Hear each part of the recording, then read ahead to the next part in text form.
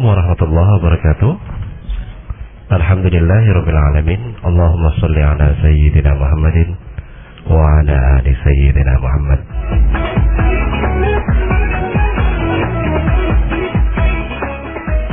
Sahabat Radio Inspirasi Spirit Hati. Alhamdulillah pada pagi hari ini kembali kami dapat menjumpai sahabatku semua tentunya ya, dalam satu program acara yaitu Benang Merah. Dan seperti biasa sahabatku semua, Ozan pada pagi hari ini ditemani oleh Bang Ozi ya. Yeah.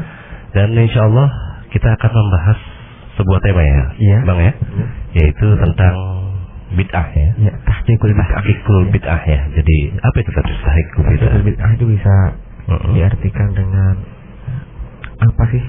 Bid'ah itu apa sebenarnya? Arti sebenarnya gitu ya. Arti sebutannya daripada bid'ah ya. Orang yang salah mengartikan ya. Bid'ah sedikit-sedikit bid'ah. Akhirnya nggak tahu hakikat dari bid'ah itu sendiri apa.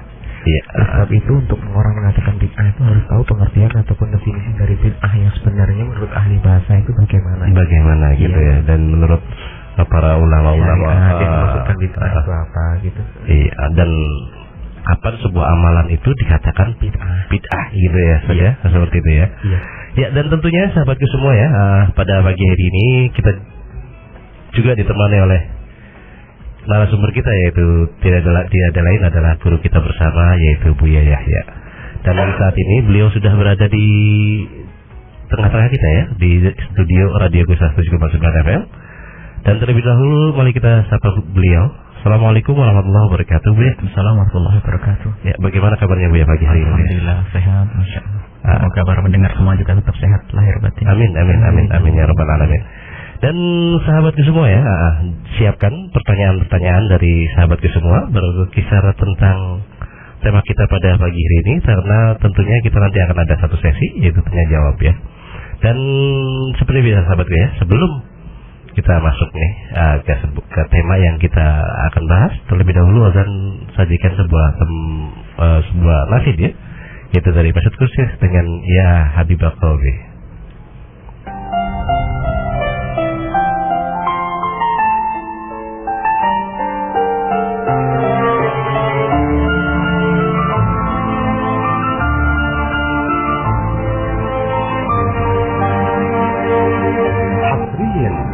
شبكة الثمن الإنشادية. رب صل رب سلم على طه المعلم نبع خير شمس حق من السماء. You're the light of my eye, you're the answer to my cry, you're the dawn that chased away my darkest night. وإن لم أراك يا حبيبي عين روحي دوما ترى نور من الله كي يضيء لنا الحياة. يا حبيب قلبي يا محمد يا إمام دربي يا أحمد يا شفيع ذنبي يا طه عليك صلى الله. يا حبيب قلبي يا محمد يا إمام دربي يا أحمد يا شفيع ذنبي يا طه عليك صلى الله.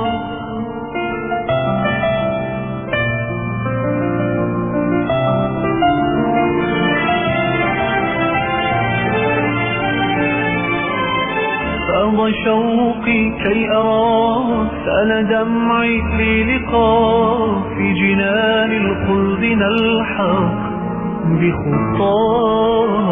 I will cross the widest sea, I will climb the highest mountain just to drink from your hand by the fountain.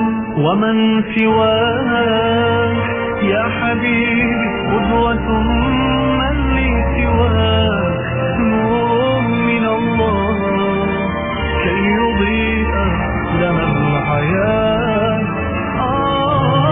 يا حبيب قلبي يا محمد يا إمام دربي يا أحمد يا شفيع ذنبي يا طه عليك صلى الله. يا حبيب قلبي يا محمد يا إمام دربي يا أحمد يا شفيع ذنبي طه عليك صلى الله.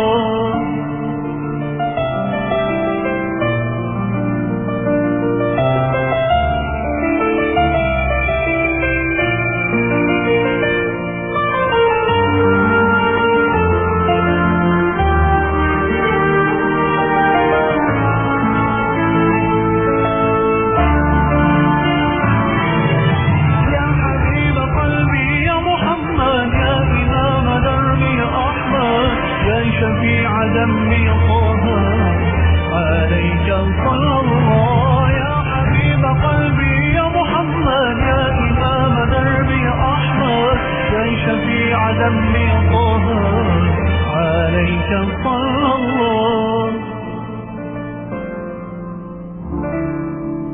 Radioku, radioku, inspirasi spirit hati.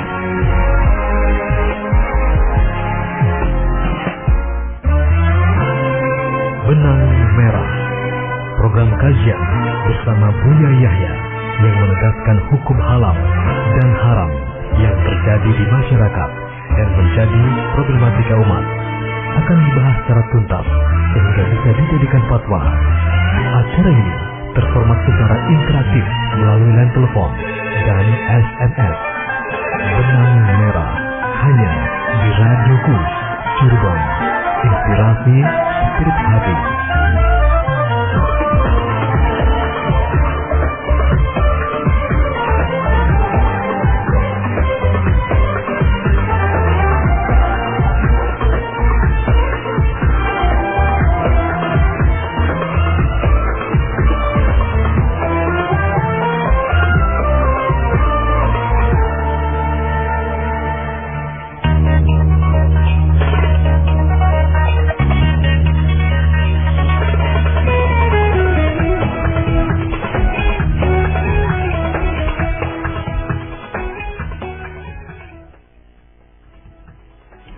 Masih bersama Ozan dan Kang Ozi ya, tentunya di program Benang Merah pada pagi hari ini.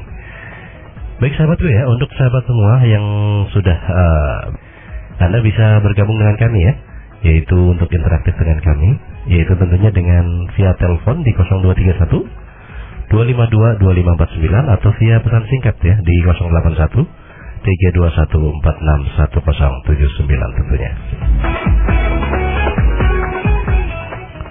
Dan baik sahabatku, untuk seperti biasa bahwasanya di awal kita akan ada sebuah penjelasan dari guru kami Buya Yahya, yaitu berkenaan dengan tema kita pada pagi hari ini, yaitu tahqiqul bid'ah atau hakikat sesungguhnya daripada bid'ah, yang mana banyak disalahartikannya kan ya oleh saudara-saudara kita di yang lain, sehingga mengatakan bahwasanya yang penting yang baru itu adalah bid'ah. Masya Allah ya. Padahal kita banyak yang baru saja. Oh iya. Kang Ozan ya. Tidak lepas dari hal-hal yang baru ya. Yang baru. Baik, sahabatku semua ya. Mari kita simak bersama penjelasan dari guru kami Buya Yahya tentang hakikat bid'ah. Kepada beliau kami persilahkan. Bismillahirrahmanirrahim. Assalamualaikum warahmatullahi wabarakatuh. Waalaikumsalam warahmatullahi wabarakatuh. Alhamdulillah alladzi syaraha sudur ulama'ihi liqabulil haqqi fabil haqqi ya'ishuna wa bil haqqi yamutun. Wassalatu wassalamu ala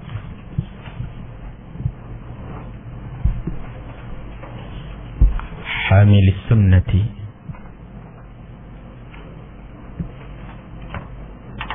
habibina wa syafi'ina wa maulana sayyidina Muhammad wa ala alihi wa ashabihi wa tabi'ina lahum bi ihsanin ila yaumiddin. Para pendengar yang semoga senantiasa dimuliakan oleh Allah Subhanahu wa taala. Amin. Pada kesempatan pagi hari ini kita akan menjelaskan tentang bid'ah yang sebetulnya ini adalah satu, kalau mulai kemarin kita berbicara tentang halal haramnya sebuah perbuatan, ternyata ada satu alat ukur. Kalau untuk mengetahui suhu udara, termometer atau apa saja, mungkin laboratorium untuk membuktikan ini penyakit atau bukan, itu yang kita lupakan, yaitu istilah bid'ah. Ya, kadang sebagian orang itu dengan bid'ah itu dengan mudahnya digunakan untuk memvonis saudaranya, untuk dikatakan mereka pelaku sesuatu yang dimurkai oleh Allah dan Rasulullah dengan istilah bid'ah. Sementara dia belum benar-benar tahu atau barangkali apalagi menjelaskan kepada orang lain tentang apa itu hakikat bid'ah. Sehingga yang terjadi di masyarakat, sebagian orang melakukan kebaikan, ternyata sebagian yang mengatakan itu adalah sesuatu yang bid'ah. Sementara bid'ah disabdakan oleh Nabi Muhammad SAW adalah neraka. Bid'ah adalah kesesatan. Maka perlu kita untuk memilah-milah bid'ah yang mana yang benar-benar dimurkai oleh Rasulullah SAW. Maka agar kita tidak terkopoh-kopoh, itu yang pertama setelah kita mengetahui bid'ah. Kemudian setelah itu kita akan menjelaskan beberapa hal yang dikira itu adalah bid'ah, ternyata banyak dihadirkan oleh orang yang anti bid'ah, ternyata membid'ahkan sesuatu yang sunnah. Sehingga membid'ahkan sesuatu yang sunnah itu adalah lebih bid'ah daripada bid'ah itu sendiri. Dan itu tidak pernah dirasakan karena memang mereka telah menyempitkan pemahaman tentang syariat, tentang kebaikan yang dibawa oleh Nabi Muhammad SAW, dipangkas dengan istilah kalimat bid'ah. Ternyata dia sendiri masuk ke dalam bid'ah yang lebih besar. Lebih dari itu, yang paling kita khawatirkan adalah dengan kalimat-kalimat yang sering mereka ucapkan dengan kalimat bid'ah menjadi sebuah perpecahan umat, pertentangan di antara umat ini gara-gara bid'ah.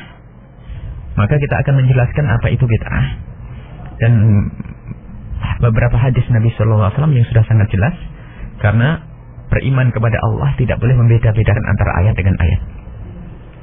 Beriman kepada Nabi Muhammad pun juga sama, tidak boleh kita membedakan antara hadis dengan hadis. Semua hadis Nabi Muhammad SAW adalah, selagi itu sahih, harus kita jadikan bahkan sandaran untuk kita menghukumi sebuah permasalahan. Jangan sampai kita ini menerima yang cocok, yang tidak terima kita buang. Menerima yang sesuai dengan hawa nafsu kita, yang tidak terima, yang tidak sesuai maka langsung kita tolak. Maka ini adalah bahaya di dalam kita mengambil sabda Nabi Sallallahu Alaihi Wasallam. Yang perlu kita hadirkan di sini bahwa ada beberapa hadis Nabi untuk kita tahu apa itu bid'ah. Jadi para ulama menggampangkan, bid'ah itu ada dua. Pembahasan tentang bid'ah itu ada dua, yaitu bid'ah menurut bahasa. Yang kedua adalah bid'ah menurut syariah. Adapun bid'ah menurut bahasa itu adalah, ya banyak dijelaskan oleh para ulama, adalah sesuatu yang baru. Sesuatu yang baru itu adalah bid'ah menurut bahasa. Seperti dikatakan oleh Abul Baqa di dalam kuliahnya, ma uhtisa ala ghairi misalin sabaqah. Sesuatu yang diadakan tanpa ada contohnya terlebih dahulu. Raghib Al-Asfihani di dalam Mufradatul Quran juga mengatakan, al-ibda'u insya'u sifatin bila iqtida'in wa iqtida'in. Jadi menghadirkan sesuatu tanpa mengikuti yang lainnya. Nah, ini adalah bid'ah menurut bahasa. Jadi bid'ah menurut bahasa. Tapi sebelum kita membahas tentang bid'ah, kita harus menghadirkan beberapa riwayat dari Nabi Muhammad SAW tentang ancaman-ancaman bahayanya bid'ah. Nabi Muhammad SAW bersabda di dalam hadis yang diriwayatkan oleh Imam Muslim dan juga diriwayatkan oleh Sayyidina Abdullah bin Mas'ud dan juga yang diriwayatkan oleh Al-Irbad ibn Sariyah, yang semuanya ini hadis-hadis sahih. Ya, kalau yang pertama Imam Muslim meriwayatkan tentang inna khairul hadithi kitabullah wa khairul hadi hadi Muhammadin wa syarrul umuri muhdatsatuha wa kullu bid'atin dhalalah. Sebaik-baik ungkapan atau omongan kalam adalah kitabullah, wa khairul hadi hadi Muhammadin, sebaik-baik petunjuk bimbingan adalah bimbingannya Nabi Muhammad SAW. Wa syarrul umuri, sejelek-jelek segala sesuatu itu adalah muhdatsatuha, yang diada-ada. Wa kullu bid'atin dhalalah, dan semua yang diada-ada itu adalah sesat. Kemudian dalam riwayat lain Imam Bukhari juga meriwayatkan inna ahsanal hadis kitabullah, sebaik-baik hadis, sebaik-baik omongan ungkapan adalah kitabullah, Al-Quran. Wa ahsanul hadi hadi Muhammadin, dan sebaik-baik petunjuk adalah yang dibawa oleh Nabi Muhammad. Wa syarrul umuri muhdatsatiha, dan sebaik-baik ada sejelek-jelek segala urusan adalah yang diada-ada. Kemudian hadis Al-Irbad ibn Sariyah yang dikeluarkan oleh para ashabus sunan, di situ juga disebut wa iyyakum wa muhdatsatil umuri, awas dengan hal-hal yang baru.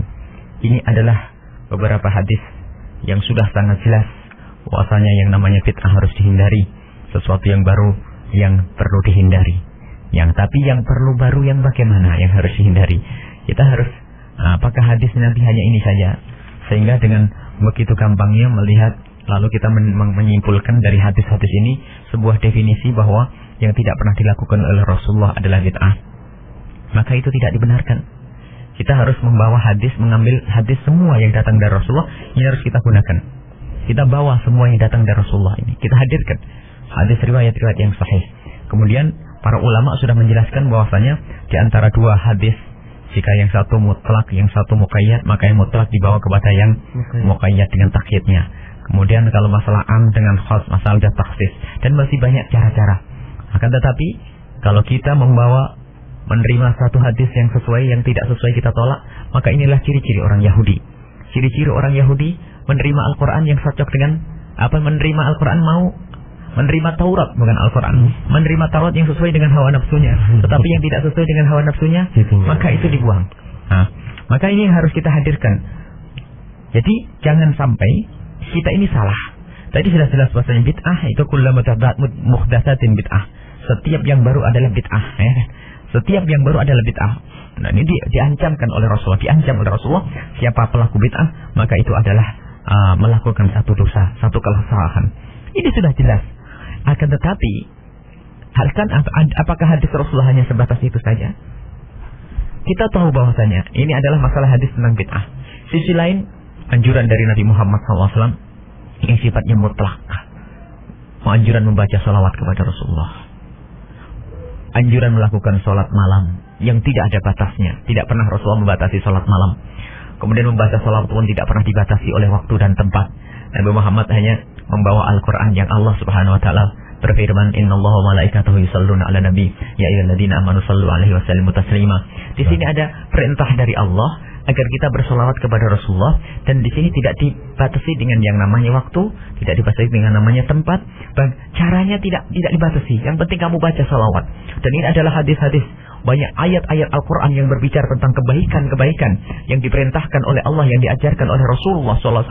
Ini ratusan ayat-ayat tentang bagaimana kita melakukan kebaikan yang diajarkan oleh Allah dan Rasulullah. Nah, kebaikan itu sifatnya banyak yang umum. Akan tetapi ada sebagian orang, keumumannya ini begitu saja dipangkas oleh hadis-hadis yang katanya bid'ah. Tidak pernah dilakukan oleh Rasulullah Sallallahu Alaihi Wasallam adalah bid'ah. Yang tidak pernah ada pada Nabi Muhammad adalah bid'ah. Yang tidak pernah dilakukan oleh salaf saleh adalah bid'ah. Ini adalah, mohon maaf, ini adalah salah satu kezaliman dengan hadis Nabi Sallallahu Alaihi Wasallam. Kemudian ada hadis lainnya, di antaranya hadis yang diriwayatkan oleh Imam Bukhari rahimahullahu taala, "Man ahdatsa fi amrina ma laysa minhu fa huwa radd." Siapa-siapa yang mengada-ada fi amrina, di dalam urusan kami, malaysa minhu, yang dia bukan, yang hal itu bukan termasuk masalah yang bukan yang diterima di dalam agama, fa huwa raddun, maka itu adalah akan ditolak. Dalam riwayat fi dinina, man ahdatsa fi amrina fi dinina malaysa minhu fa huwa raddun, barang siapa mengada-ada. Ini hadis juga diriwayatkan oleh Imam Al-Baghawi, bahwasanya siapa-siapa yang mengada-ada di dalam urusan agama, maka itu adalah ditolak. Wah, nah ini maka lafaz yang dibawa oleh Siti Aisyah itu ada tambahnya malaysa minhu. Jadi ternyata man ahdatsa fi amrina itu sifatnya umum. Siapa-siapa yang ada di dalam urusan agama, urusan kami, itu kan sifatnya umum lebih banyak. Kemudian oleh Sayyidah hadis yang diriwayatkan oleh Sayyidah Aisyah, ini ada tambahnya malaysa minhu. Yang bukan termasuk di dalam urusan agama. Maksudnya bukan ini ada, maksudnya diada-ada. Itu maknanya adalah yang melanggar, yang berbeda, yang mukhalafah. Maka fahuwa raddun itu adalah yang ditolak. Maka ini yang harus kita fahami. Jadi bukan saja man ahdatsa fi amrina fahuwa raddun. Barang siapa yang ngada-ngada di dalam urusan kami itu yang akan ditolak. Bukan. Man ahdatsa fi amrina ma laysa minhu, artinya tidak sangkut pautnya dengan ini. Maksudnya tidak bisa dibawa dengan dalil, enggak masuk. Itu adalah yang bakal ditolak. Tapi sebagian orang melupakan istilah kalimat ma laysa minhu. Ini hadis diriwayatkan oleh Sayyidah Aisyah di dalam Imam Bukhari.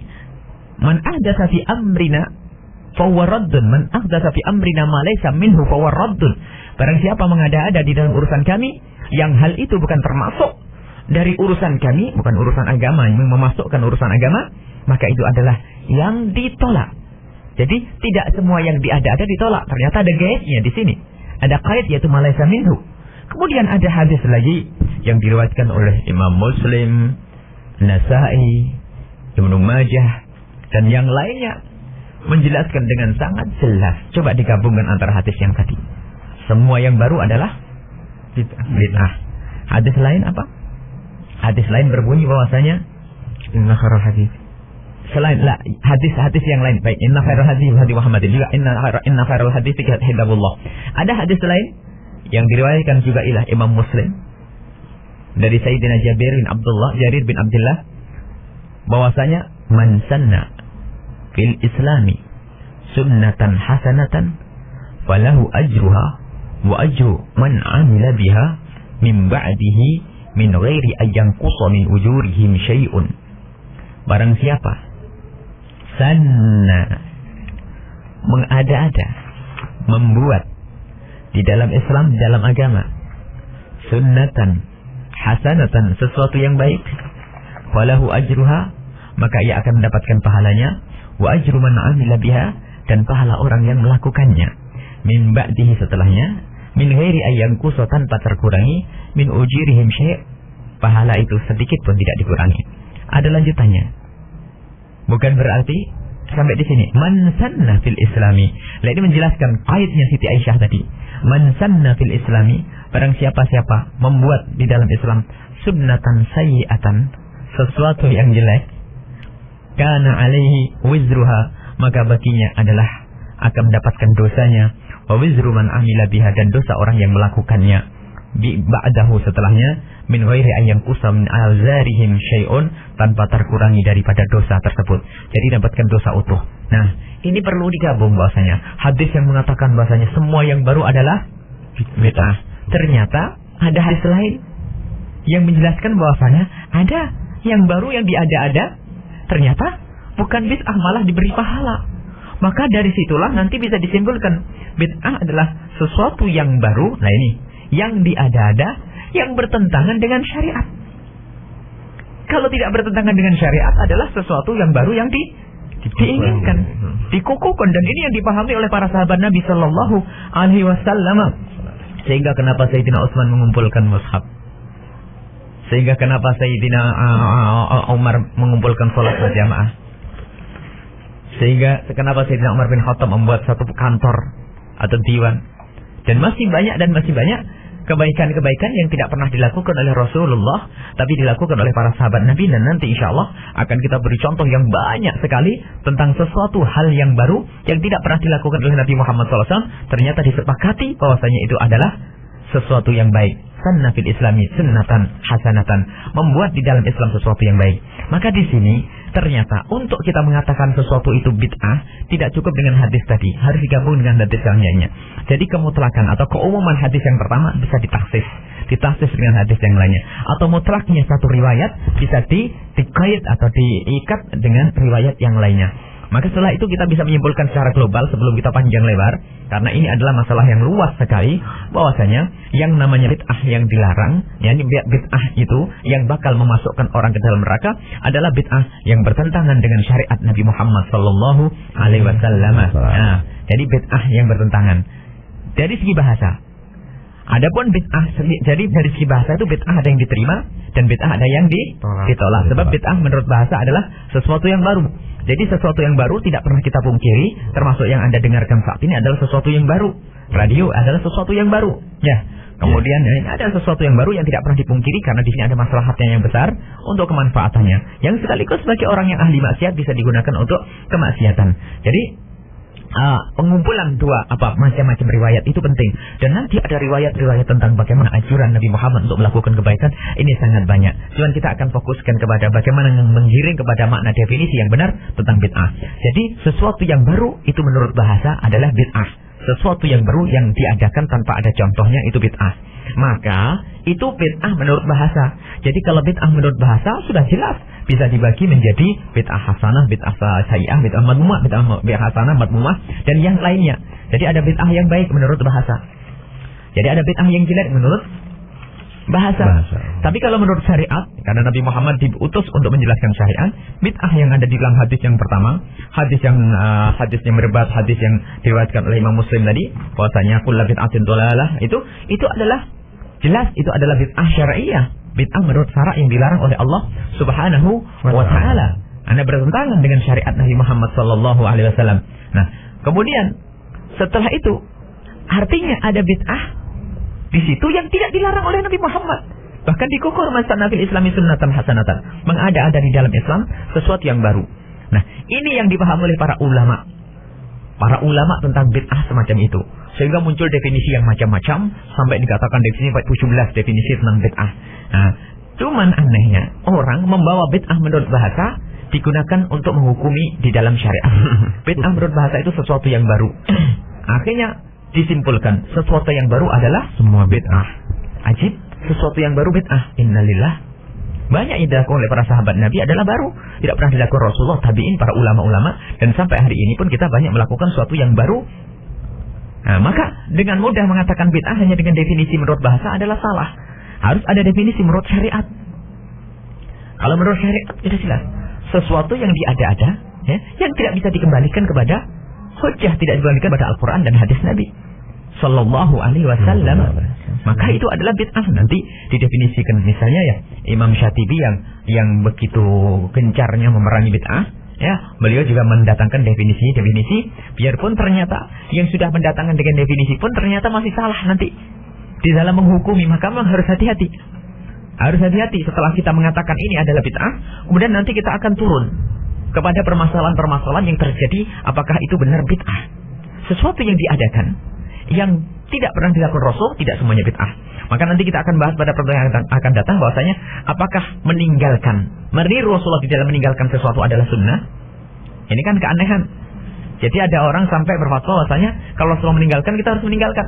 Oh tidak, Rasulullah meninggalkan, bukan semua yang ditinggalkan oleh Rasulullah itu adalah harus atau haram atau apa. Bisa saja Rasulullah meninggalkan itu sesuatu yang memang sunnah, tapi takut memberatkan. Lihat Rasulullah pernah meninggalkan sholat tarawih malam yang keempat. Dalam hadis sahih Imam Muslim meriwayatkan, orang pada berkumpul di masjidnya Rasulullah hari pertama, hari kedua, hari ketiga, kemudian hari keempat Nabi Muhammad tidak keluar. Apa tidak masuk, tidak ke masjid? Apakah tidak ke masjidnya Nabi Muhammad adalah sunnah? Bagi Nabi Muhammad ya, karena beliau adalah untuk menjalankan syariah. Tapi di saat Nabi Muhammad meninggalkan yang demikian itu, bukan berarti meninggalkan itu adalah sunnah. Sebagian orang terlalu berlebihan. Jadi meninggalkan harus kita tiru. Yang ditinggalkan Nabi Muhammad itu adalah macam-macam. Ada yang ditinggalkan karena memang sesuatu itu haram. Ada ditinggalkan oleh Nabi Muhammad adalah sesuatu mubah. Ada ditinggalkan sebetulnya itu adalah sunnah. Karena ketahuilah bahwa sunnah Nabi atau apa yang ditatang dari Nabi Muhammad itu macam-macam. Ada diperintahkan oleh Nabi Muhammad SAW dan Nabi Muhammad melakukannya. Ada diperintahkan Nabi Muhammad melakukan sekali-sekali. Ada yang diperintahkan oleh Nabi Muhammad dan didukung oleh Nabi Muhammad, tapi Nabi Muhammad tidak melakukan. Itu banyak.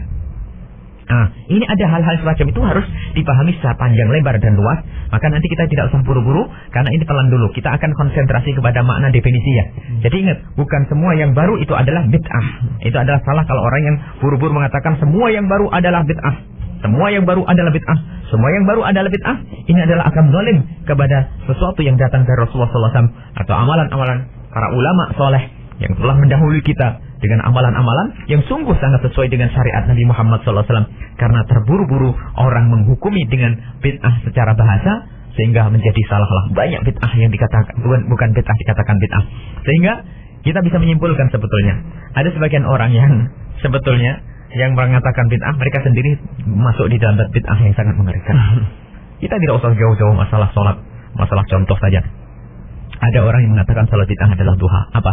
Sholat duha adalah bid'ah. Ada orang yang mengatakan sholat duha itu adalah bid'ah. Siapa itu? Imam Syatibi sendiri kepleset waktu telah berlebihan di dalam mendefinisi menjaring bid'ah, sampai ternyata mengatakan sholat duha adalah bid'ah. Bahkan ada orang akhir zaman juga mengatakan bahwasanya sholat ba'diyah maghrib adalah bid'ah. Qobliyah isya adalah bid'ah. Dan ini adalah hal-hal yang aneh. Mereka tetap memaksa. Jadi mengatakan bahwasanya yang tidak pernah dilakukan oleh Rasulullah SAW adalah bid'ah. Rasulullah mungkin tidak pernah melakukan, tapi Rasulullah pernah menyebut misalnya. Jadi yang tidak pernah dilakukan Rasulullah adalah bid'ah, musibah. Dan ini memang sampai suatu ketika kita menemukan seolah-olah itu orang melakukan sholat qabliyah maghrib itu adalah haram. Orang melakukan qabliyah Jumat itu adalah haram. Itu kan memang kita menemukan ada orang keras macam itu. Bahkan ada satu selebaran yang ditulis semacam itu. Sholat qabliyah isya adalah bid'ah, haram. Bid'ah, sholat qabliyah maghrib adalah bid'ah. Kemudian sholat duha juga ada yang mengatakan bid'ah. Subhanallah. Apakah dia lupa bahwasanya Nabi Muhammad SAW sudah jelaskan tentang 2 rakaat sebelum maghrib? Misalnya ada satu riwayat, misal ini riwayat yang sangat jelas ya, barangkali tidak usah. Ini contoh saja bahwasanya Imam Bukhari meriwayatkan bahwasanya baina kulli adzanaini salatun. Salasan, Nabi Muhammad sampai mengucap 3 kali. Ini contoh bahwasanya ada orang yang mengatakan bid'ah ternyata bukan bid'ah, karena terkopoh-kopoh. Jadi orang salah di dalam menghukumi baina kulli adzanaini salatun, baina kulli adzanaini salatun, baina kulli adzanaini salatun liman syaa. Ada dijelaskan oleh Imam Bukhari, antara 2 azan, artinya iqamah dengan azan itu ada salatnya. Bagi yang mau, berarti bagi yang mau adalah sunnah. Artinya biarpun Nabi Muhammad tidak pernah melakukan, tapi Nabi Muhammad pernah menganjurkan. Jadi salah, benar salah definisi yang mengatakan bahwasanya semua yang tidak pernah dilakukan oleh Rasulullah itu adalah bid'ah. Baina kulli adzanaini salatun liman syaa. Antara 2 azan adalah salat. Antara 2 azan itu ada salatnya. 2 azan antara azan dengan iqamat. Sunnah liman syaa bagi orang yang mau. Kalau tidak mau ya nggak apa-apa, namanya salat sunnah. Jadi di sini adalah beberapa hal yang harus diperhatikan tentang menghukumi sesuatu ini sunnah atau bukan sunnah. Ini harus kembali kepada definisi yang sangat pelik. Kalau tidak bercermat maka orang akan terjerumus. Nah ini di lapangan kita dikit-dikit mendengar orang ini adalah bid'ah, ini adalah bid'ah, ini adalah bid'ah, dan kita bisa menjajar bahwasanya yang mereka katakan bid'ah ternyata adalah bukan bid'ah. Imam Syatibi sendiri, termasuk Ibnu Qayyim sendiri, nanti kita membuat contoh, beliau-beliau itu ternyata setelah mengatakan bid'ah terjerumus membid'ahkan sesuatu yang sunnah. Subhanallah. Jadi membid'ahkan sesuatu yang sunnah adalah lebih bid'ah. Jadi harus hati-hati. Maka paling enak adalah bagaimana kita di saat melihat orang yang berbeda dengan kita itu kita cermati dulu agar tambah ilmu. Jangan buru-buru kita mengatakan itu adalah bid'ah, itu adalah bid'ah, itu adalah bid'ah. Maka kita terjerumus di dalam menyalahkan sesuatu yang benar, menyalahkan sesuatu yang datang dari Nabi Muhammad SAW, dan itu adalah juga tidak kalah besarnya dengan mengatakan sesuatu atau melakukan sesuatu itu yang bid'ah. Wallahu a'lam bishawab. Baik, sahabat Radio 107,9 FM Cirebon, tadi telah kita dengarkan tentang pemaparan hakikat bid'ah, definisi bid'ah ya, Ustaz ya. Dan ternyata memang definisi bid'ah itu sangat banyak sekali. Jadi tidak bisa diartikan dengan dari hanya bahasa ya, satu sudut pandang ya. karena memang arti dari bid'ah sendiri masih terlalu umum ya Ustaz ya. Iya. Jadi sesuatu yang baru Perlu dipahami gitu ya. dengan apa itu dengan hadis-hadis yang lainnya kalau Iya. karena kalau hanya sekedar kullu muhdatsatin bid'ah, kalau setiap yang baru itu adalah bid'ah, maka semuanya orang sedunia kelihatannya masuk neraka. Neraka semua ya, nggak ada yang benar ya. Nggak ada yang benar biasanya. Makanya harus kira-kira satu hadisnya harus dipahami dengan hadis yang hadis yang lain ya. Iya. Nah, sehingga kita ketemu dari inti daripada makna daripada dari bid'ah hadis, itu iya. sendiri ya. Baik sahabat Radio 101,9 FM, kami nantikan nanti ya partisipasinya ya dari sahabat ke semua, yaitu bisa lewat telepon ya di 023125225549 atau via SMS di 081321461079. Kami nanti pertanyaannya atau mungkin tambahan yang akan disampaikan oleh sahabat-sahabat semua, dan sambil kita menunggu nih dari sahabat-sahabat semua, dan persembahkan satu buah tembang nasyid ya Habibullah.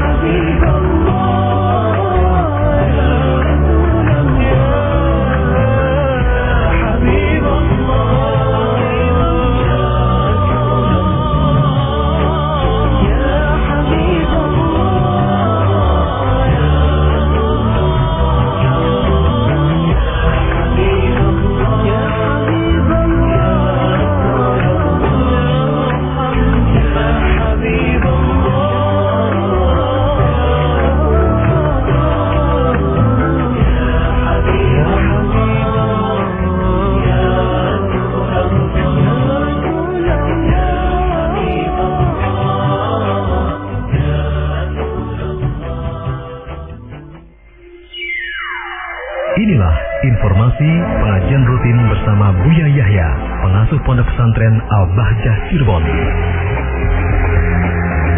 Untuk kajian kitab Riyadhus Shalihin dan Tajridus Shoreh, ikuti setiap Ahad pagi jam 6.30 sampai dengan jam 8 di Majelis Al-Bahjah Sendang Sumber Cirebon. Belajar bareng bersama Buya Yahya dan Umi. Ikuti setiap Senin pagi jam 5.30 sampai dengan jam 7 di Radioku 107,9 FM Cirebon. Inspirasi Spirit Hati. Kajian kitab Al-Hikam. Ikuti setiap malam Selasa jam 20 sampai dengan jam 21.30 di Masjid At-Taqwa Cirebon.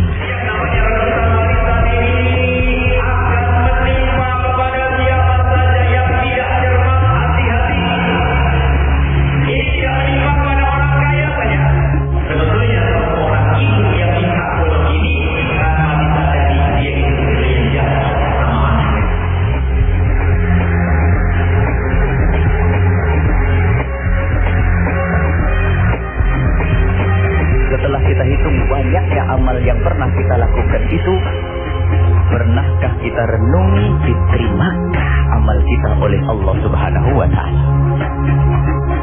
Jadi yang namanya riya itu masuk ke hati seseorang itu lebih lembut dari langkah kaki semut hitam yang berjalan di kegelapan malam di atas batu hitam. Ikuti pula Hidup Indah bersama Buya Yahya. Saksikan setiap Kamis malam Jumat jam 20 sampai dengan 22 di Cirebon TV. Panji Asar bersama Buya Yahya setiap Ahad jam 16 sampai dengan 17.30 di Radio Wadi 101,6 FM Kuningan, Radio Keluarga Muslim. Untuk kajian tafsir, ikuti setiap Sabtu pagi jam 6.30 sampai dengan jam 8 di Majelis Al-Bahjah Sendang Sumber Cirebon. Dan kajian kitab Minhajul Abidin ikuti setiap malam Ahad jam 20 sampai dengan jam 21.30 di Masjid Raya Al-Mustaqim, Woru Pleret, Cirebon.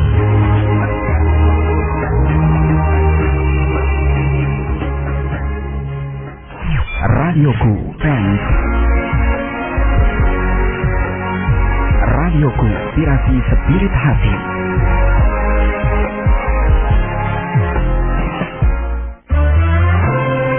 Benang Merah, program kajian bersama Buya Yahya yang menegaskan hukum halal dan haram yang terjadi di masyarakat dan menjadi problematika umat akan dibahas secara tuntas sehingga bisa dijadikan fatwa. Acara ini terformat secara interaktif melalui line telepon dan SMS. Benang Merah hanya di Radioku Cirebon.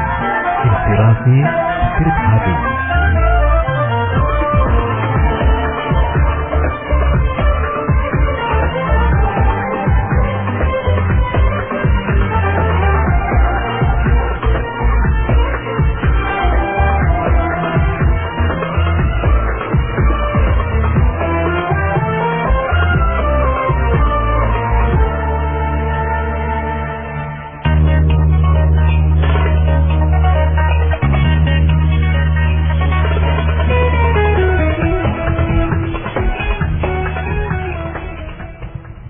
Masih dari kawasan Lembaga Pengembangan Dakwah Al-Bahjah Sendang Sumber, di mana dipancarkan Radio Kusrat. Dan saat ini sahabatku semua ya, barangkali yang baru menemukan gelombang radioku, saat ini Anda sedang berada di program Benang Merah ya, di mana program Benang Merah adalah membahas fatwa-fatwa ulama terdahulu ya, Kang Oji ya, yaitu tentang halal dan haram. Dan pada pagi hari ini kita membahas tentang tema bid'ah, hakikat daripada bid'ah. Masya Allah, Kang Ozi, ini kelihatannya pertanyaannya sudah banyak banget ya. Sementara kita masih hanya ada waktu sekitar 30 menit ke depan ya. 30 menit ke depan, dan insya Allah jadi untuk masalah bid'ah ini mungkin kita akan bahas beberapa pertemuan karena panjang ya Kang. Kalau memang tidak bisa dibahas dengan singkatnya. Sekarang mungkin jadi sekedar definisi ya Kang. Untuk ke depan mungkin pembahasannya lain yang masih berhubungan dengan bid'ah gitu ya. Dan mungkin bisa langsung yang berhubungan dengan contoh-contoh amalia yang kita lakukan ya saat ini. Dan Bu ya, kelihatannya ini kita harus langsung bacakan pertanyaan-pertanyaan sudah masuk ini Bu ya. Dan ini ada siapakah yang di 977 ya. Assalamualaikum warahmatullahi wabarakatuh. Waalaikumsalam warahmatullahi wabarakatuh. Saya mau nanya, katanya bagaimana dengan pendapat suatu kaum yang mengatakan kalau marhabanan itu adalah bid'ah, jadi jika perlu dilakukan. Terima kasih. Wassalamualaikum warahmatullahi wabarakatuh. Baik, bismillahirrahmanirrahim. Sebetulnya itu pertanyaan itu adalah jawabannya nanti kalau kita sudah hadirkan contoh. Contoh ya. Yang perlu kita hadirkan pertama ini kita membuat satu kaidah, memahami kaidah bagaimana kita memahami bid'ah dan bagaimana kita mau memahami sunnah ya. Ternyata bid'ah menurut bahasa sudah sangat jelas adalah ada sesuatu yang baru, tetapi itu adalah baik karena ada manfaatnya, masalahnya. Ada kalau sesuatu yang baru yang tidak baik, maka itulah bid'ah. Secara syariat nanti juga disebut bid'ah sayyi'ah, bid'ah yang madmumah, yang dimurkai, yang dibenci oleh Rasulullah sallallahu alaihi wasallam. Jadi marhabanan harus kita tinjau. Apa itu marhabanan? Kan begitu nanti. Marhabanan, apakah marhabanan itu langsung kita hukumi bahwasanya karena itu tidak pernah dilakukan oleh Rasulullah kemudian lalu kita katakan bid'ah? Atau kita pahami dari sisi lain bahwasanya apa isinya marhabanan ya? Kemudian di dalam marhabanan ada maslahatnya atau tidak? Kalau ternyata di dalam marhabanan itu adalah ada maslahatnya dan itu baik, di dalamnya adalah sesuatu yang baik, ada bacaan-bacaan yang baik, bukan ada syirik, bukan ada yang lainnya, maka jika seperti itu, maka itu masuk bab yang hadis yang satu tadi, man sanna fil islami sunnatan hasanatan, membuat di dalam Islam sesuatu yang mendekatkan orang kepada Allah, mengingatkan kepada Rasulullah. Jadi marhabanan itu kan artinya berkumpulnya manusia-manusia untuk membaca sejarah Nabi Muhammad sallallahu alaihi wasallam. Nah, kalau sudah begitu definisinya kan jelas. Kalau berkumpul untuk membaca sejarah Nabi, memang berkumpul membaca sejarah Nabi tidak pernah ada pada zaman Nabi. Akan tapi berkumpul itu sendiri adalah ada maslahatnya. Membaca sejarah Nabi ada maslahatnya. Kemudian ada orang yang mencetuskan hal yang demikian ini, maka sudah sangat jelas man sanna fil islami sunnatan hasanatan. Barang siapa membuat di dalam Islam sesuatu yang baik, ya, sesuatu yang baik adalah dia akan mendapatkan pahala dan pahala orang yang melakukannya. Maka marhabanan sangat jelas, tidak bisa dikatakan itu bid'ah. Dari mana? Dari mana itu dikatakan sebagaimana bid'ah? Karena tidak pernah dilakukan oleh Rasulullah. Nah kan nanti kita akan fokuskan ada babut tark. Bukan semua yang ditinggalkan, bukan semua yang tidak dilakukan Rasulullah itu adalah bid'ah. Itu adalah keplesetnya orang. Ada 3 imam nanti akan kita sebutkan. Ada 3 imam, 3 ulama. Nah, kita tidak mengatakan ini. 3 ulama yang kepleset mengatakan yang tidak pernah dilakukan oleh Rasulullah itu semuanya adalah bid'ah. Padahal ini subhanallah menjadikan orang nggak bisa ngapa-ngapain. Dia lupa bahwasanya man da'ilah hudan man sanna fil islami sunnatan hasanatan. Barang siapa membuat sesuatu yang baik. Ini adalah disebutkan dalam hadis Nabi sallallahu alaihi wasallam. Sehingga nanti orang akan sempit sekali, bahkan itu adalah luar biasa. Mereka sendiri masuk ke dalam bid'ah. Yang mengatakan yang tidak pernah dilakukan Nabi Muhammad adalah bid'ah, mau tidak mau mereka akan terjerumus. Jadi kita pengen tanya, yang tidak pernah dilakukan Rasulullah masalah yang bid'ah itu urusan apa? Mereka membedakan urusan dunia saja. Nah, kalau urusan akhirat saja, urusan dunia dari mana pembedaan ini? Kan semuanya hal yang baru. Bukankah semua urusan dunia ada makna agamanya? Membuat sekolahan, mengumpulkan mushafnya Sayyidina Utsman bin Affan, dan masih banyak itu tidak pernah dilakukan oleh Rasulullah sallallahu alaihi wasallam. Akan tapi para ulama semuanya memahami bahasanya itu jenis man sanna fil islami sunnatan hasanatan. Mungkin kita ingin membuat sebuah tradisi, Tradisi adalah sesuatu yang aslinya mubah. Tapi karena di situ adalah membuat tradisi, misalnya, ayo setiap Kamis sore kita berkumpul untuk minta ampun kepada Allah Subhanahu wa taala. Siapa yang melarang? Hanya karena ini orang berpengaruh sehingga betul-betul jadi tradisi setiap Kamis sore berkumpul untuk berzikir kepada Allah Subhanahu wa taala. Meminta ampun kepada Allah, minta tolong. Kemudian ditambahi oleh hujah agar orang semakin rajin. Karena apa? Kalau Kamis sore itu amal kita akan diangkat, kita ingin amal kita diangkat dalam keadaan kita zikir. Akan kita katakan bid'ah begitu. Subhanallah. Innalillahi wa inna ilaihi raji'un. Itu adalah memang tidak pernah dilakukan oleh Rasulullah. Tetapi berkumpul itu sendiri kan sesuatu yang dibenarkan oleh Rasulullah. Maka ternyata orang itu diikuti oleh orang. Sehingga setiap keluarga setiap Kamis sore berkumpul. Kalau tidak di tempat itu, di rumahnya sendiri, anak-anaknya dikumpulkan semuanya istighfar yang banyak menjelang maghrib setelah habis asar. Akhirnya namanya apa? Untuk menutup amal. Hanya membuat saja ini sulit. Jadi apalah, kumpul untuk menutup amal. Sebab amal itu akan kita tutup, kemudian dibawa oleh malaikat, akan dikirim dilaporkan kepada Allah Subhanahu wa taala. Akhirnya menjadi tradisi sak negara. Akankah kita katakan itu bid'ah? Mohon maaf, jujur. Ini karena itu adalah man sana fil Islam sunnatan hasanatan. Tidak pernah dilakukan Rasulullah dalam bentuknya seperti itu, tapi berkumpul berzikir itu kan diperintahkan, diajarkan oleh Rasulullah sallallahu alaihi wasallam. Artinya jangan sampai mengatakan segala sesuatu bid'ah sebelum kita cermati. Mereka berusaha, misalnya Sayyidina Umar bin Khattab sendiri kan mengumpulkan orang dalam berjamaah salat tarawih. Nah, berkumpul orang banyak di masjid. Karena setelah orang pada salat kelompok dikumpulin, sehingga Sayyidina Umar mengatakan ni'matil bid'ah hadhihi, sebaik-baik bid'ah adalah ini. Itu bid'ah menurut bahasa. Jadi hal yang baru yang aku saksikan, maksudnya apa? Tidak pernah terjadi pada zaman Rasulullah adalah hal ini. Ini dilakukan oleh para sahabat, dilakukan Sayyidina Umar, dilakukan oleh para sahabat semuanya. Ini tidak pernah ada yang mengatakan bid'ah. Mereka pakai berhujjah.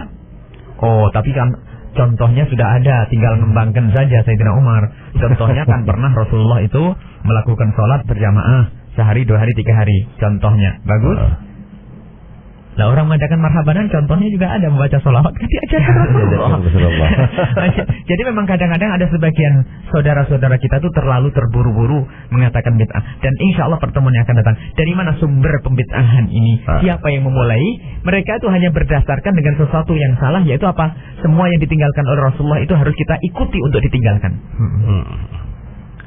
Jadi setiap Rasul tidak melakukan, kita harus tidak boleh melakukan. Padahal ada hal yang dianjurkan oleh Rasulullah, tapi Rasul tidak melakukan. Nah, mungkin termasuk qabliyah maghrib, Rasul tidak pernah melakukannya, tetapi Rasulullah menyebutkan. Jadi namanya sunnah. Kenapa dikatakannya sunnah muakkad, dikukuhkan? Karena di samping Rasulullah menyebutkan dengan lidah beliau, di samping itu Nabi Muhammad juga melazimi. Nah, ini banyak sunnah-sunnahnya. Jadi marhabanan, tapi ingat, tentunya semuanya adalah dengan cara yang dibenarkan. Anda tidak boleh mengganggu orang, tidak boleh dengan makan yang haram, tidak boleh percampuran laki dengan perempuan. Tapi kalau hanya sekedar Masya Allah berkumpulnya pecinta-pecinta Rasulullah di satu tempat, kemudian menyebut sejarah Nabi Muhammad SAW agar semakin cinta kepada Nabi Muhammad. Dari sisi mana? Mohon, ini adalah perlu kejujuran kita menilai bid'ah ya. Karena alasannya apa? Macam-macam alasan yang dibuat. Kalau alasan dibuat itu harus berangkat dari keinsyafan. Fahami makna man sana fil Islami sunnatan hasanatan. Barang siapa yang membuat di dalam Islam sesuatu yang baru, yang baik, maka ia akan mendapatkan pahala. Dan orang yang melakukan nanti pahalanya juga dikirim kepada orang yang mengadakan pertama kali. Jadi marhabanan dalam makna membaca sejarah Nabi dibarengi dengan salawat, berkumpulnya orang, ada makannya, itu adalah bukan sesuatu yang bid'ah. Dan itu adalah sunnah Nabi Muhammad SAW yang harus dihidupkan. Nah, adapun waktunya terserah, tidak harus malam Jumat kan, tidak harus hari Senin, mungkin siang, malam, pagi. Alangkah baiknya kalau setiap kantor mau dibuka dengan membaca sejarah Nabi Muhammad. Jadi marhabanannya adalah sebelum kantor-kantor ini sejak mengenalkan Nabi Muhammad, bagaimana kejujuran Nabi Muhammad di dalam berdagang, subhanallah. Lalu akan kita katakan bid'ah? Kita jujur saja wahai orang-orang yang sudah mudah mengatakan bid'ah. Anda berpegang kepada orang yang ternyata kepleset juga. Contoh nanti akan kita sebutkan. Imam Syatibi itu sangat mengingkari yang namanya salat duha. Dan termasuk Ibnu Qayyim dan lainnya juga mengingkari salat sunnah yang sebetulnya ada, termasuk qabliyah maghrib dan sebagainya. Imam Syatibi dengan kerasnya bahwasanya salat duha itu adalah bid'ah. Padahal itu adalah hadis yang diriwayatkan oleh Imam Bukhari. Imam Bukhari meriwayatkan tentang salat duha. Jadi kadang itu orang mengatakan bid'ah itu ternyata bukan karena itu bid'ah, karena yang mengatakan bid'ah itu lemah pandang. Banyak hadis yang dia tidak tahu, seolah-olah dia paling tahu hadis, kan musibah. Sampai ada orang akhir zaman namanya Syekh Nasiruddin Al-Albani, sudah meninggal, yang diikuti oleh orang yang aneh-aneh yang ada di Cirebon ini. Ini mengatakan bahwasanya yang melakukan sholat malam dalam bulan Ramadan lebih dari 11 adalah bid'ah. Subhanallah, kami membaca risalah itu adalah kaget. Tulisan itu kaget sekali. Berarti para sahabat Nabi, Sayyidina Umar, Sayyidina Ali itu adalah ahli neraka semuanya. Jadi jadi sempit sekali. Bahkan ada riwayat lain Nabi Muhammad melakukan sholat 15 rakaat. Jadi mohon maaf, ini ada karena apa? Terlalu sempit pandang, dikit-dikit mengatakan bid'ah, sehingga menjadi dia itu setiap melihat orang itu benci dulu Allah. Padahal Nabi Muhammad mengajari melihat orang lain dengan mata kasih, dengan mata cinta. Dan yang akan kita contohkan satu persatu, apa yang dikatakan bid'ah oleh sebagian orang ternyata adalah sunnah. Jadi makanya Kita akan membangkitkan. Ayo kita amalkan sunnah Nabi dengan membongkar bid'ah ini. Dengan membongkar yang bukan bid'ah. Yang mengatakan bid'ah, sesuatu yang bukan bid'ah adalah lebih bid'ah. Ini yang mengatakan bid'ah, sesuatu yang bukan bid'ah adalah lebih bid'ah. Na'udzubillah. Menghukumi orang melakukan salat 2 rakaat ahli neraka. Salat maghrib, qabliyah maghrib 2 rakaat adalah langsung ahli neraka. Salat qabliyah Jumat ahli neraka. Salat duha ahli neraka. Salat tasbih ahli neraka. Membaca sayyidina ahli neraka. Dan masih banyak. Subhanallah. Jadi ini semua yang harus dibahas satu persatu nanti dalam pertemuan-pertemuan yang akan datang. Jadi mungkin kita harus pakai kaidah. Jangan buru-buru Anda mengatakan bid'ah. Kalaupun Anda memang belum yakin kebenarannya sebuah permasalahannya, Anda jangan taklid mengikut orang untuk menyalahkan. Ketahuilah yang membid'ahkan itu adalah taklid.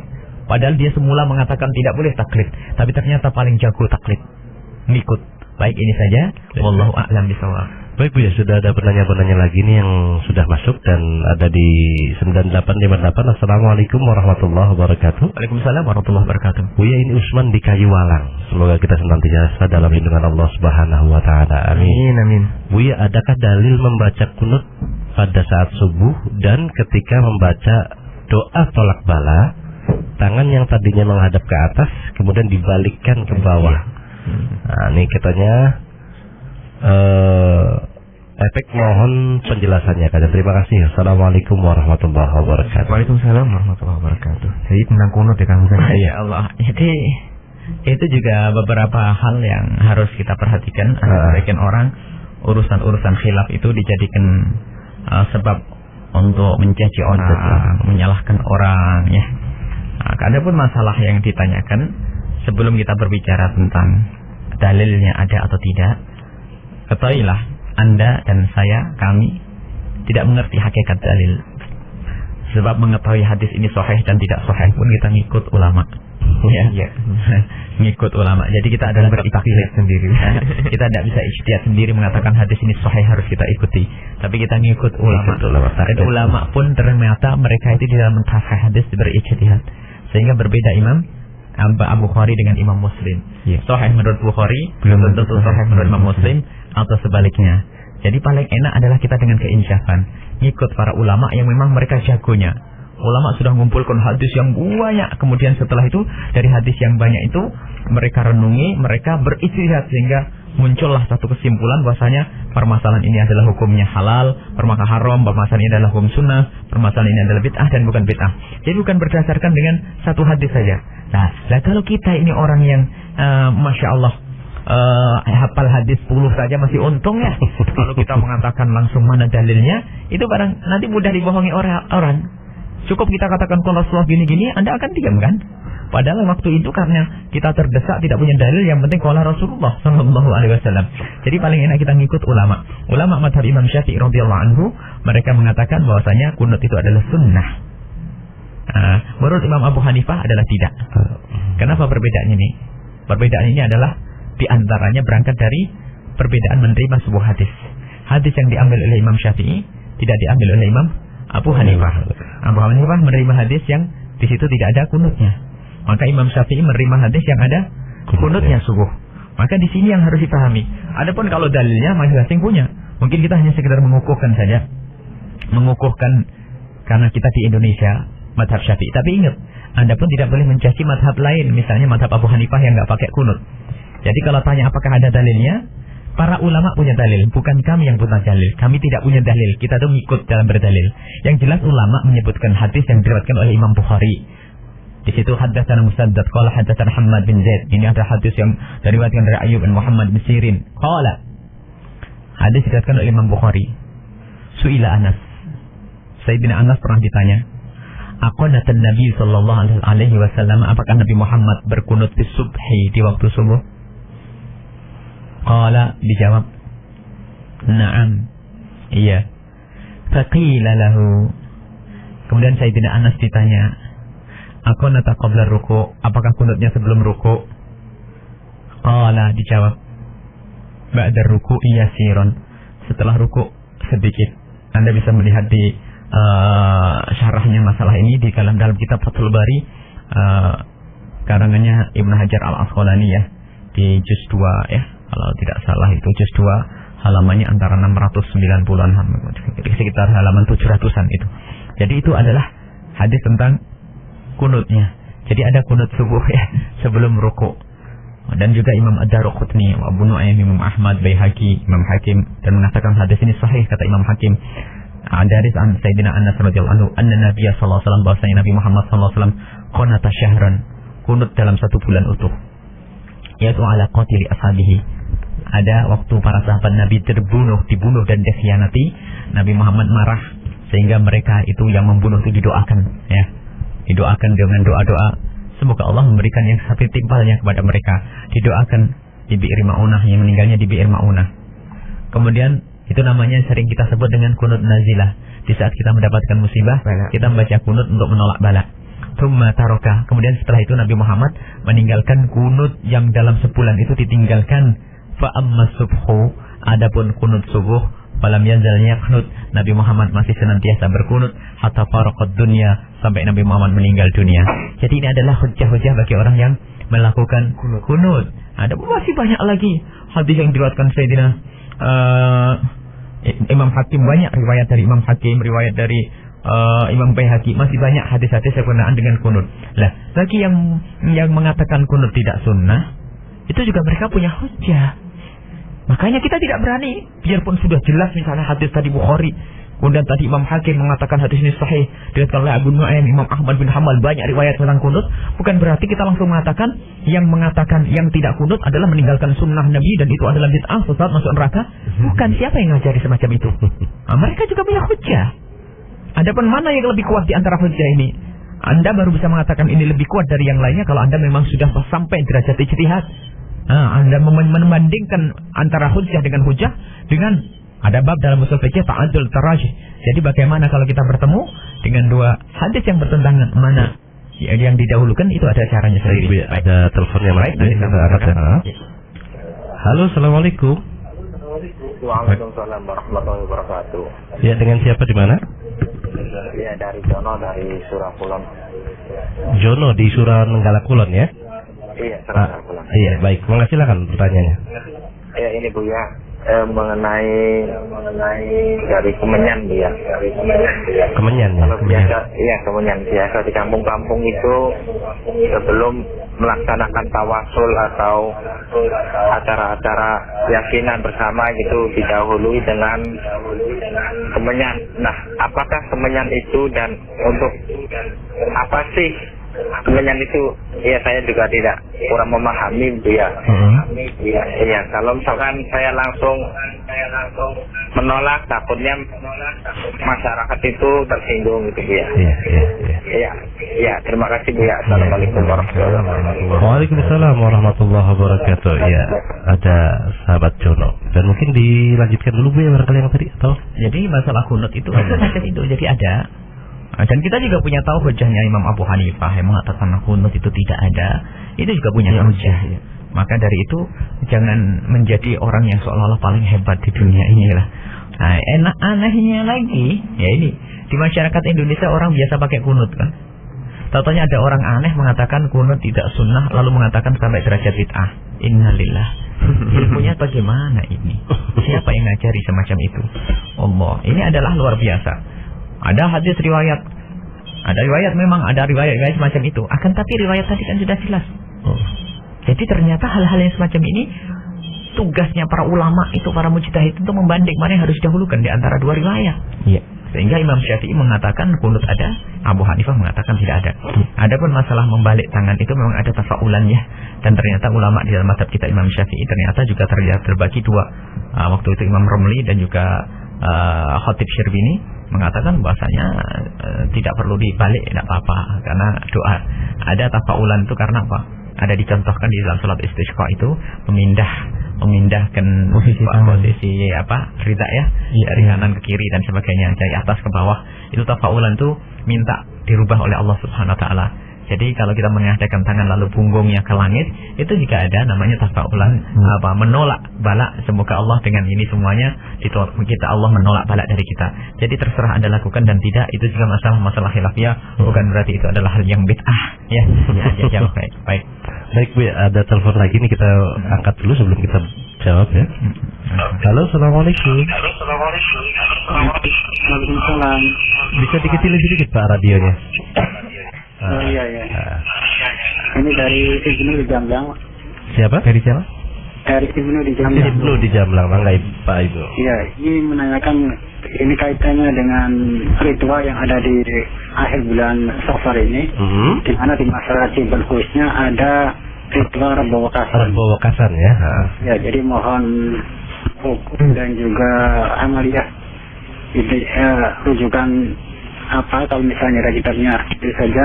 Assalamualaikum warahmatullahi wabarakatuh. Waalaikumsalam warahmatullahi wabarakatuh. Baik Bu, sudah ada dua penanya tadi yang lewat telepon. Yang pertama adalah tentang budaya Kemenyan Bu ya. Setiap kali kita mengadakan tahlil atau apa itu ya. Bukhur istilahnya.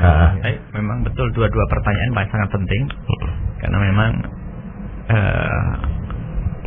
yang harus diamati terlebih dahulu adalah bukan masalah bid'ahnya tadi, tapi hakikat yang saat ini dilakukan dengan Kemenyan itu apa, kemudian dengan warga itu apa. Tanyakan yang melakukan, kan mestinya seperti itu. Baru nanti kita hukumi. Cuman bahwasanya Kemenyan itu ada sebuah tradisi para dukun di Jawa kan begitu ya. Akan tetapi di dalam riwayat Nabi Muhammad pun waktu menyuruh bahwasanya masjid untuk al-yutayyab, diwangi-wangi. Ada sehingga para salafus soleh itu membiasakan mewangikan masjid dengan memberi bukhur.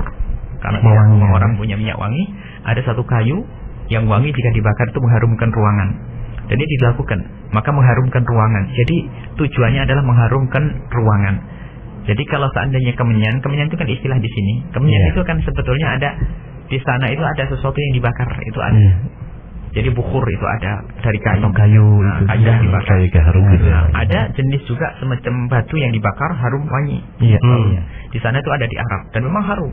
Jadi kalau kita bakar di sini 100 meter tercium baunya. Nah, ini dan itu mengharumkan ruangan dan itu diajarkan Rasulullah. Barangkali yang pernah membaca Bulughul Maram masalah bab masjid, itu kan perintah Rasulullah itu disyarai oleh Imam Sunani bahwasanya mengharumkan masjid dengan termasuk diantara dengan bukhur. Dengan bukhur adalah dengan sesuatu. Karena apa? Malaikat senang dengan sesuatu yang wangi dan malaikat rahmat tidak senang dengan sesuatu yang bau busuk. Jadi adalah kalau Kemenyan itu maknanya adalah untuk mewangikan ruangan ya. Biarpun itu dulu pernah dilakukan oleh orang Hindu Buddha, bukan berarti semua yang dilakukan oleh Hindu Buddha itu adalah salah. Salahnya adalah meyakini adanya arwah yang datang. Tapi pewangian, misalnya orang Hindu Buddha pakai baju. Orang Hindu Buddha pakai baju, jubah ya. Ya. Kemudian kita kenal jubah karena pernah dipakai Rasulullah. Lalu kita katakan astaghfirullahaladzim, jubah adalah dipakai oleh biksu. Apakah kita langsung meninggalkan jubah? Kan tidak. Jubah kita niat untuk ngikut Rasulullah SAW. Makanya termasuk Kemenyan atau bahasanya mungkin Kemenyan itu bahasa Jawa ya. Bahasa Jawa. Saya mungkin bukhur atau yang lainnya. Kalau Anda menggunakan sesuatu wewangian, tapi Anda ingat siapa sih? Kalau Anda meniru Rasulullah SAW maka bukan sesuatu yang bid'ah, sangat jelas. Tapi ini kan pernah tradisinya orang Hindu. Ente orang Hindu atau orang Islam? Kalau orang Islam bukan ingat Dewa Dewi, orang Islam ingat Rasulullah. Tapi kan berada, ini pernah dilakukan oleh orang Hindu. Tapi Rasulullah memerintahkan, menyuruh agar kita membuat wewangian. Niatnya Bu ya? Iya, pakai baju. Pakai baju adalah diajarkan, perintahkan oleh Islam kan. Jangan gara-gara melihat orang kafir pakai baju lalu kita telanjang, kan tidak benar. Bukan begitu.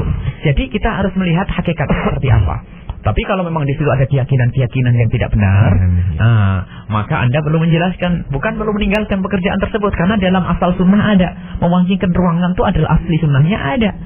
Mewangikan tempat itu asli sunnahnya ada, dasar sunnahnya ada.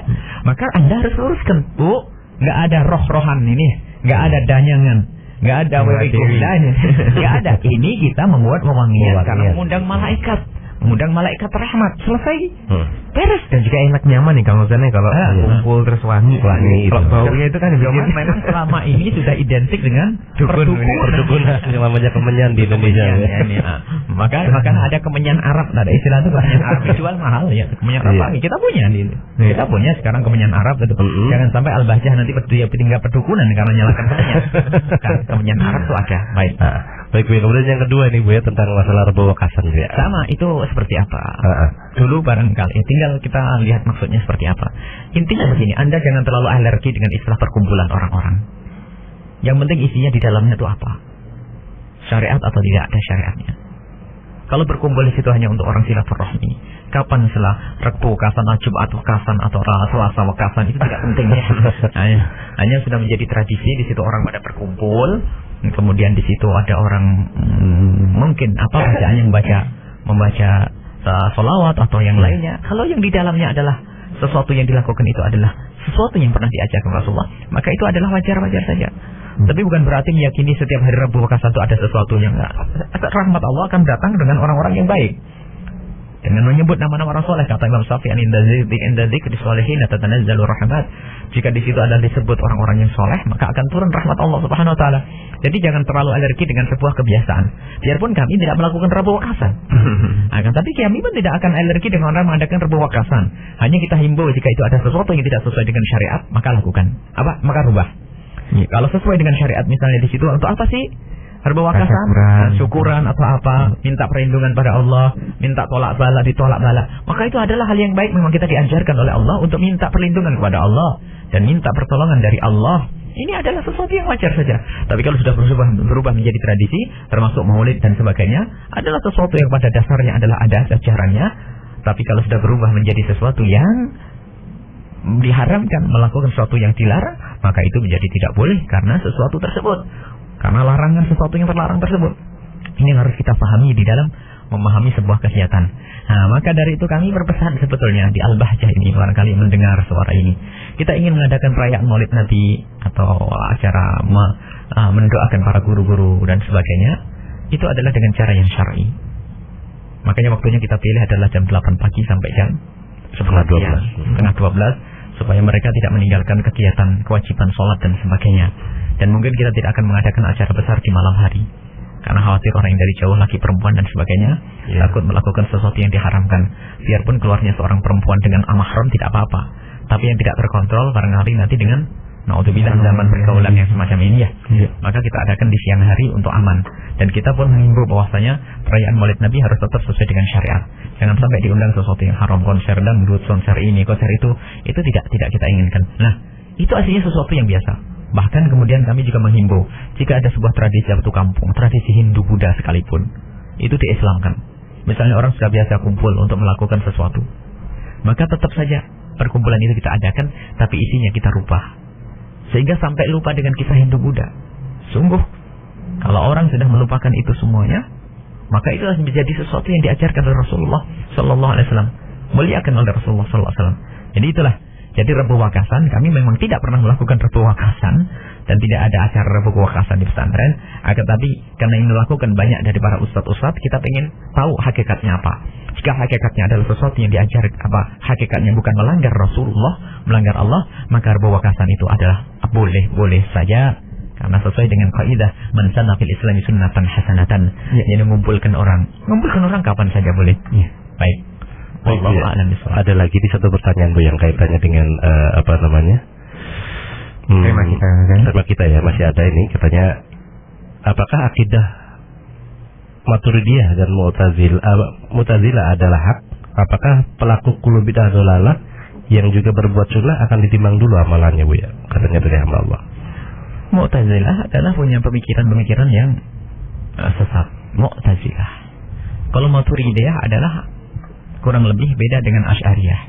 Jadi Maturidiyah dan Asy'ariyah itu adalah satu cara berpikir tentang keakidahan yang dibangun oleh Abu Mansur al-Maturidi dan Imam Abul Hasan al-Asy'ari. Maka dua-duanya adalah Imam Ahli Sunnah wal Jamaah. Jadi Imam Maturidi Imam Ahli Sunnah wal Jamaah, Imam Abul Hasan al-Asy'ari Imam Ahli Sunnah wal Jamaah.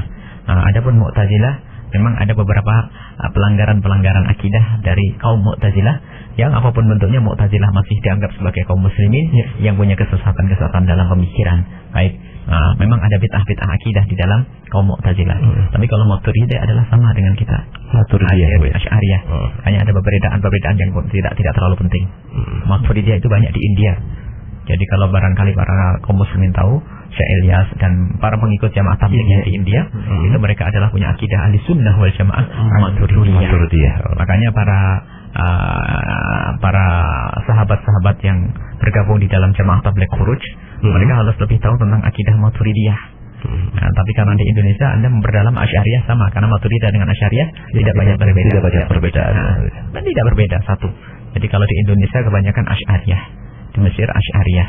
Makanya kalau Anda mendengar orang yang membenci Asy'ariyah, Abul Hasan Al-Asy'ari atau ulama Asy'ariyah, maka ketahuilah itu adalah ciri orang itu adalah sesat. Karena apa? Menyesatkan sesuatu yang benar. Sebab berbeda boleh, tapi kalau sudah mencaci jadi tidak boleh.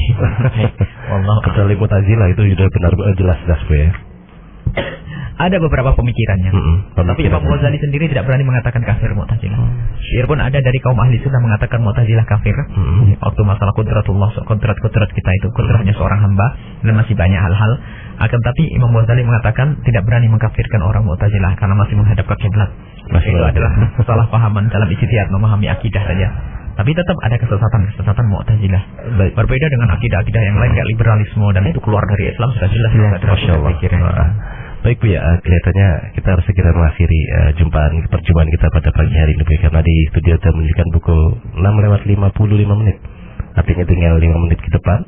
Dan buat sahabat-sahabatku yang mungkin SMS-nya belum sempat dibacakan karena waktu, akhirnya nanti kita nantikan ya. Tapi insya Allah untuk SMS yang belum dijawab, kita akan jawab pada minggu-minggu akan datang. Nah, jadi kelihatannya memang kebanyakan pertanyaan adalah tentang amalan. Jadi amalan ini apakah bid'ah? Amalannya semuanya hampir sama. Akan dibahas akan kita bahas minggu depan. Jadi buat sahabat itu tidak sah kecuali semuanya memahami hakikat bid'ah dahulu. Hakikat bid'ah. Jadi kalau semua memahami hakikat bid'ah, semua akan bisa menerjemahkan, bahkan diserahkan kepada orang untuk menghukumi nanti. Karena tidak yang penting buat tahu rumusnya. Orang awam pun langsung mengatakan kalau orang membunuh haram kan? Karena menyakiti orang lain. Ya jelas.